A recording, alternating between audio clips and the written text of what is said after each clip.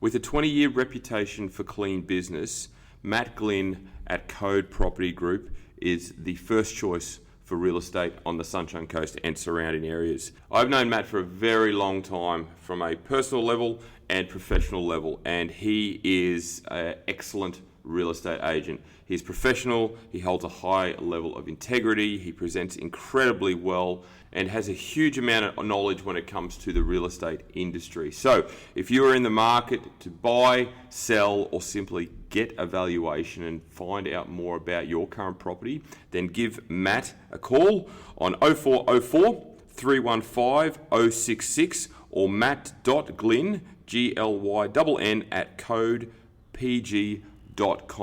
You won't be disappointed.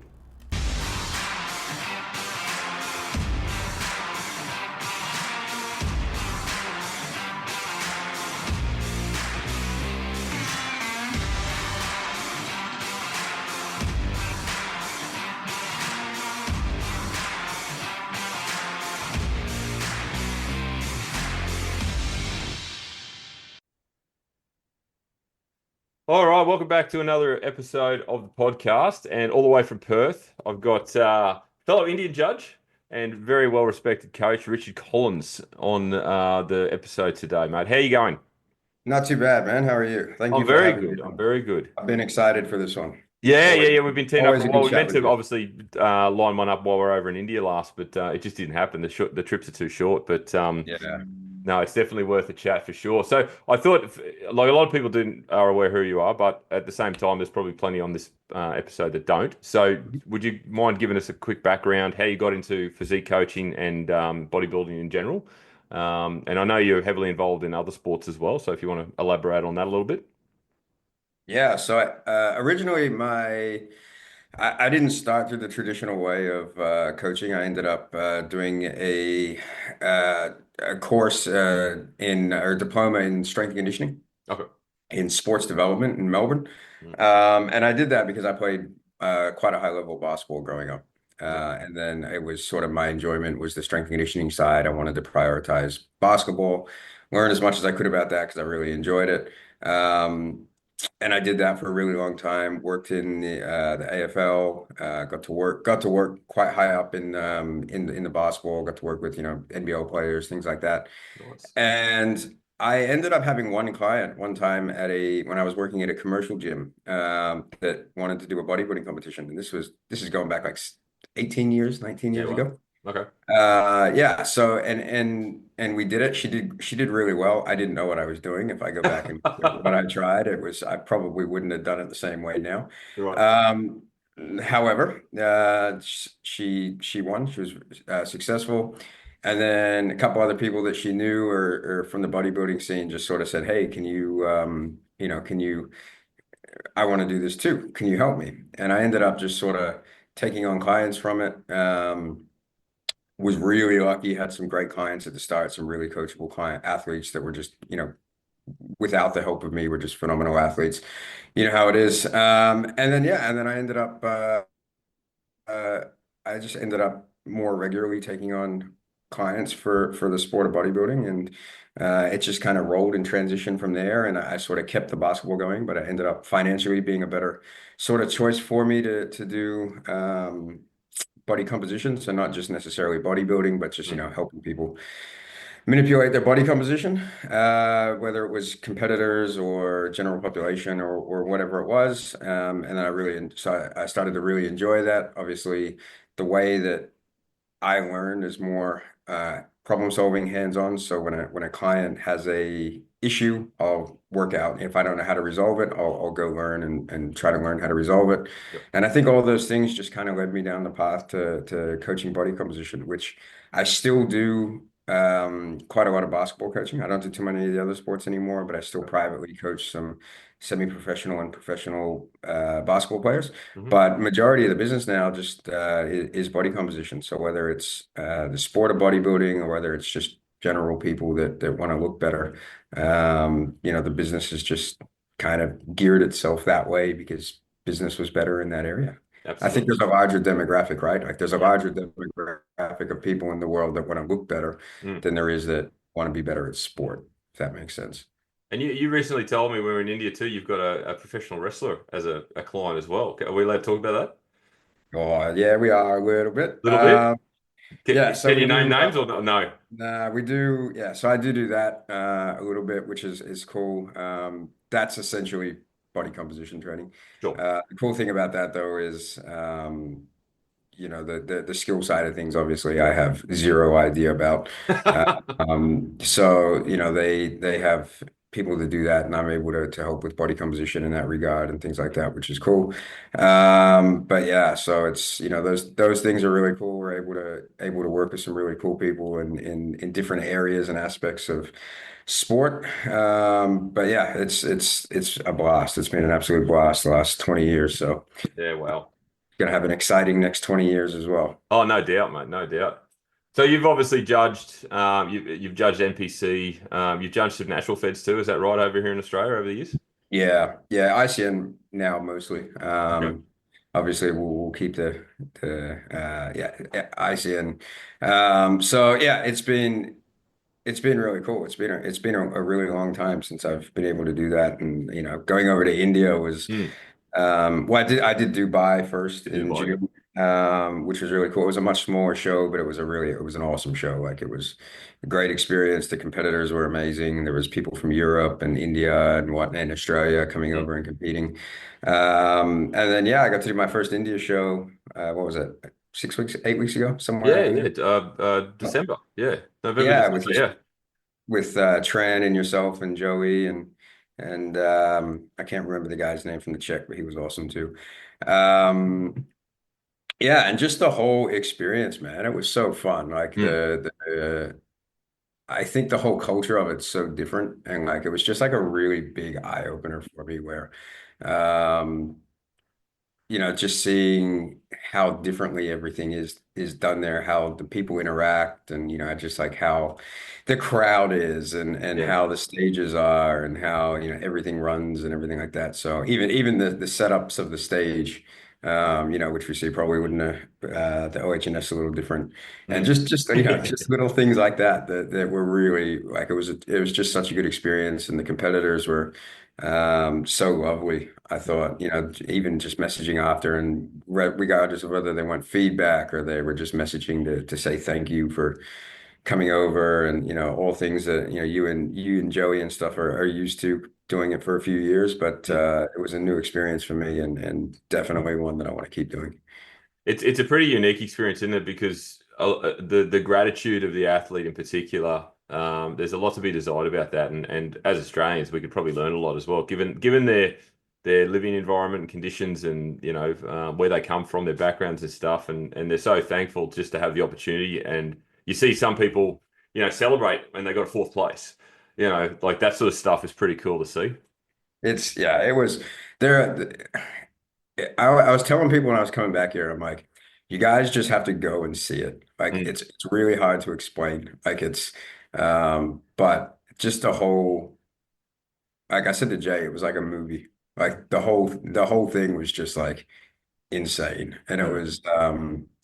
was just a really fun experience to be a part of, and just sort of see how it all works and things like that. And see the different standards of bodybuilding over there and all those sorts of things and how huge it is over there and how passionate they all are and just how it works so differently with like the teams all having the same uniforms and just small things like that just made it like really it was really fun for me. I think it was that India show was probably one of the most fun times I've ever had at a bodybuilding show. Wow, there you go. How good. Oh, hopefully there's more to come then. I Look, hope so as well. yeah, Yeah. absolutely. So you're like anyone who follows along to you on the your Instagram is aware that you put up some really resonating quotes. Thank you.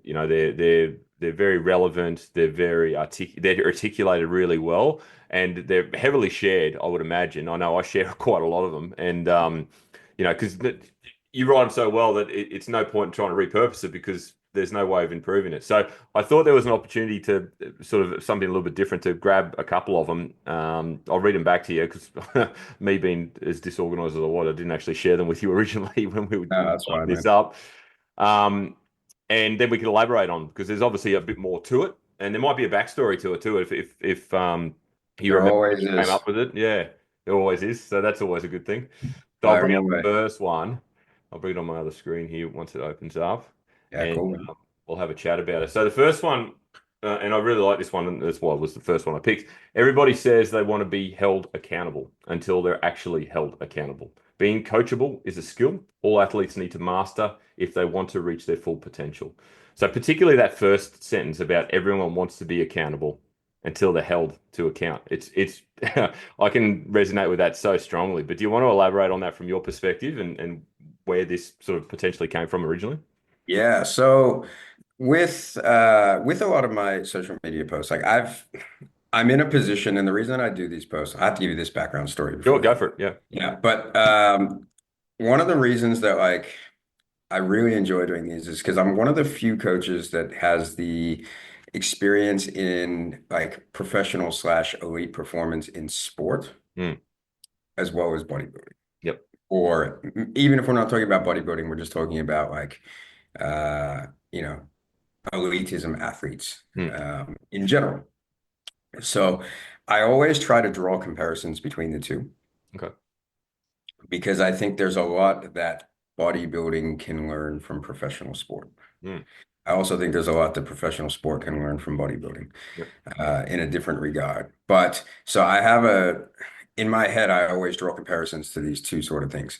And like that post there, the accountability one is I actually went so a lot of my posts I've posted, a few years ago, Yep. and then I've enjoyed it. Something's been relevant that I've seen and I've reposted it. The original time for that was just like, there's a big difference between, I think, you see like a professional bodybuilder that maybe hasn't played sport growing up, Mm. genetically very gifted in specific federations, that can alone, with a little bit of work, can be enough to become a professional athlete, Yep. correct?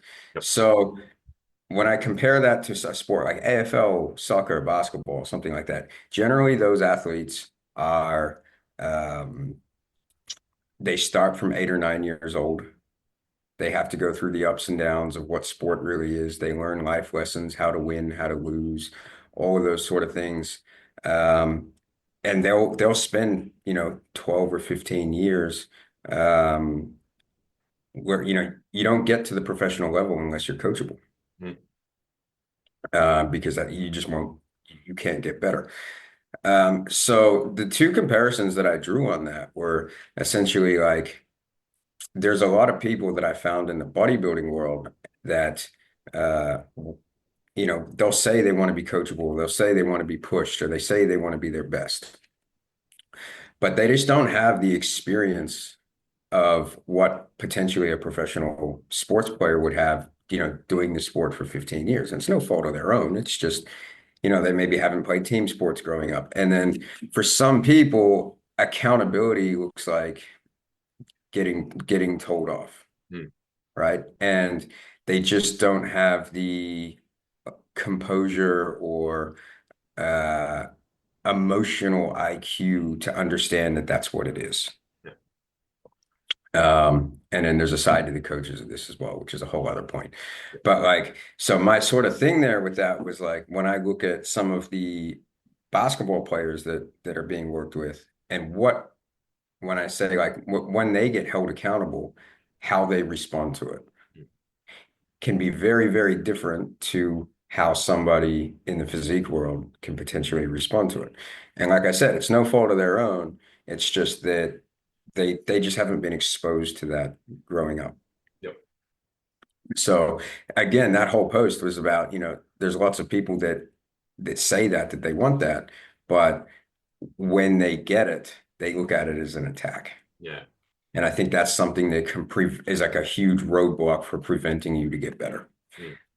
And I see, like potentially some with my clients, but just, athletes in general in the bodybuilding world that, I see or speak to, is like there's so much untapped potential that some of these athletes could have if they were not more open to criticism, but, not taking it as an attack and then taking it as a, okay, cool, this person might be getting on my back, but they're getting on my back because they know I can be my best.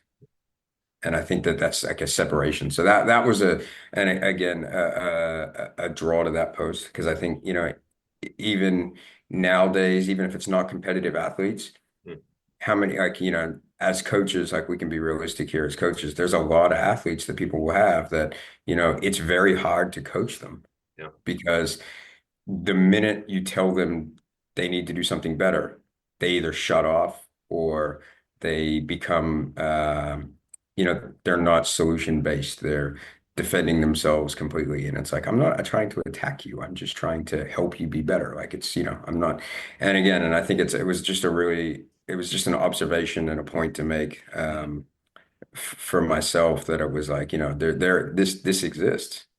And a lot of coaches would reply that and be like, I 100% agree with this.